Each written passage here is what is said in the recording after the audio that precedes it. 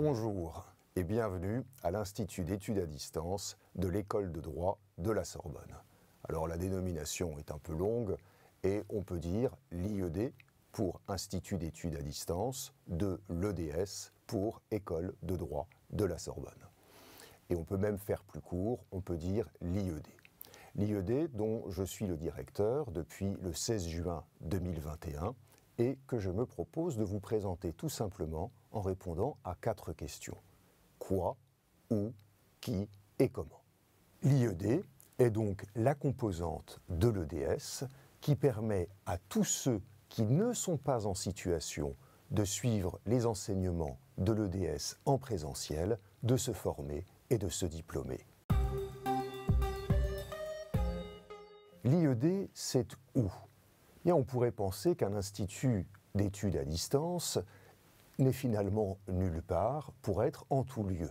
Eh bien non, l'IED a un ancrage et cet ancrage est au 17 rue Saint-Hippolyte, dans le 13e arrondissement de Paris, en bordure du 5e. Le bâtiment qui l'héberge est le centre René Cassin, du nom d'un éminent professeur de la faculté de droit de Paris, l'ancêtre de l'école de droit de la Sorbonne, dont le passé glorieux comporte notamment une présidence de la Cour européenne des droits de l'homme et l'obtention en 1968 du prix Nobel de la paix. Ce centre René Cassin accueille tous les ans les étudiants de première année en droit. Et tout naturellement, l'IED y trouve sa place et c'est ici, dans ce centre René Cassin, que nous disposons d'un studio d'enregistrement, studio dans lequel je suis en train de réaliser cette vidéo. L'IED, c'est qui ? Bien, comme je viens de l'indiquer, ce sont tout d'abord les équipes, l'une affectée à la gestion de la scolarité, l'autre qui est l'équipe audiovisuelle et technique, et sans eux, l'enseignement à distance serait impossible. L'IED, ce sont aussi des enseignants-chercheurs qui sont tous issus, qui appartiennent tous à l'école de droit de la Sorbonne. Il y a des enseignants-chercheurs en début de carrière, ce sont ce qu'on appelle des doctorants. Ils sont issus des meilleurs étudiants de la 5e année d'études, qu'on appelle le Master 2. Ils préparent un doctorat et dans le même temps, ils débutent dans l'enseignement en distribuant les enseignements qu'on appelle les travaux dirigés et qu'on appelle à l'IED les regroupements, qu'on appelle également les permanences. Je vous en dirai un peu plus tard. Vous trouvez également des enseignants plus chevronnés qui sont en milieu de carrière. Ils sont tous docteurs en droit et certains d'entre eux sont agrégés des facultés de droit. Tous ces enseignants sont formés ou se forment aux techniques de l'enseignement à distance et ils ont tous à cœur votre réussite. Ce qui m'amène à la 4e question. L'IED, comment ? Comment concrètement se déroule une année académique à l'Institut d'études à distance ? Eh bien, cette année académique est séparée tout naturellement en 2 semestres. Chaque semestre comporte 5 ou 6 matières, selon les années, à valider à la fin du semestre. Il y a des matières fondamentales, il y a des matières complémentaires. Par exemple, en première année, les 2 matières fondamentales du premier semestre sont le droit constitutionnel et l'introduction au droit privé. Dans chaque matière, avec plus ou moins d'intensité, selon que la matière est fondamentale ou complémentaire. Dans chaque matière, donc, l'IED vous propose 4 outils pour apprendre à les maîtriser.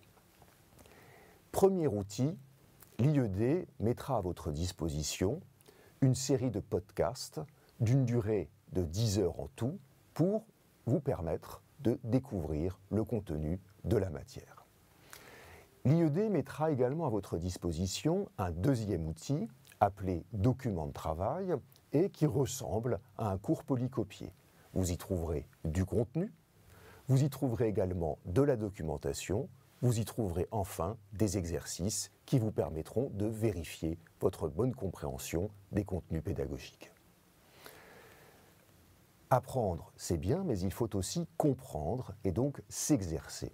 C'est la raison pour laquelle l'IED a mis à votre disposition et met à votre disposition un 3e outil qu'on appelle les regroupements. Qu'est-ce qu'un regroupement? Eh bien, c'est un enseignement qui se déroule de manière mixte, en présentiel et en distanciel, de telle sorte que les étudiants qui ne peuvent venir peuvent suivre l'enseignement à distance.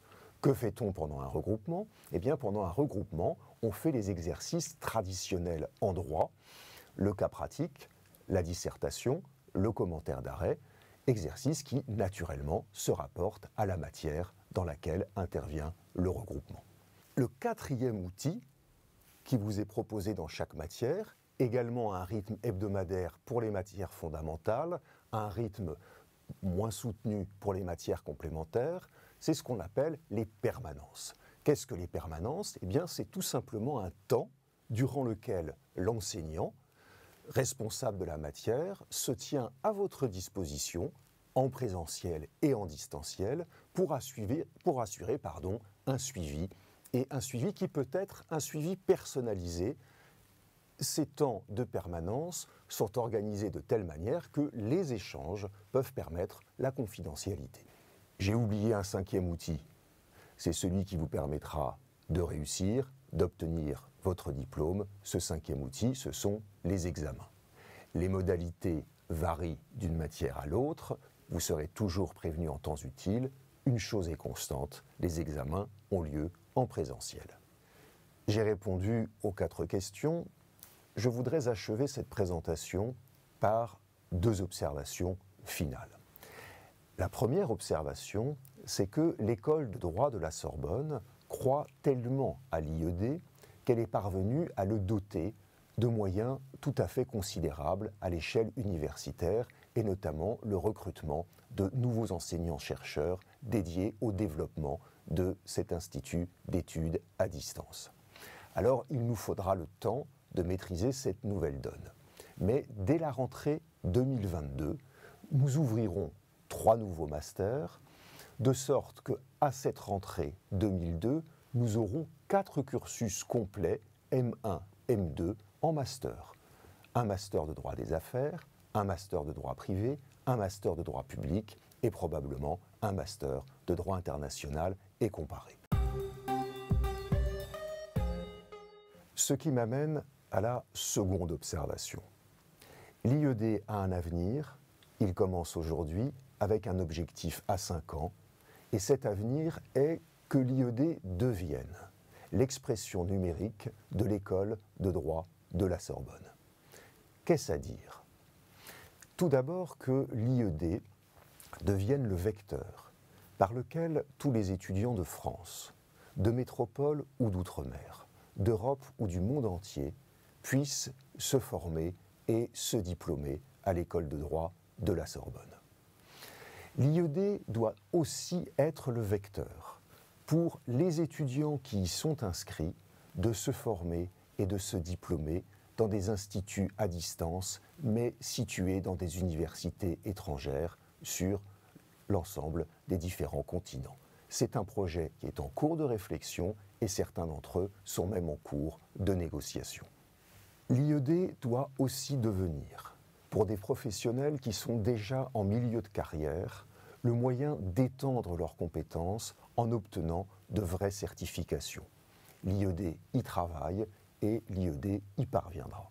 Enfin, nous souhaitons que l'IED porte un média, et espérons-le un grand média, de la justice et du droit, qui sera nourri du talent de ses enseignants-chercheurs, mais également, et nous avons déjà quelques essais à cet égard, du talent de ses étudiants qui pourront demain construire des émissions sur les thématiques relevant des matières enseignées en lien plus ou moins direct d'ailleurs avec l'actualité. Bien d'autres projets encore pour faire en sorte que l'IED préfigure ce que sera l'université de demain, une université en présentiel, une université en distanciel, une université avec un ancrage et une ouverture.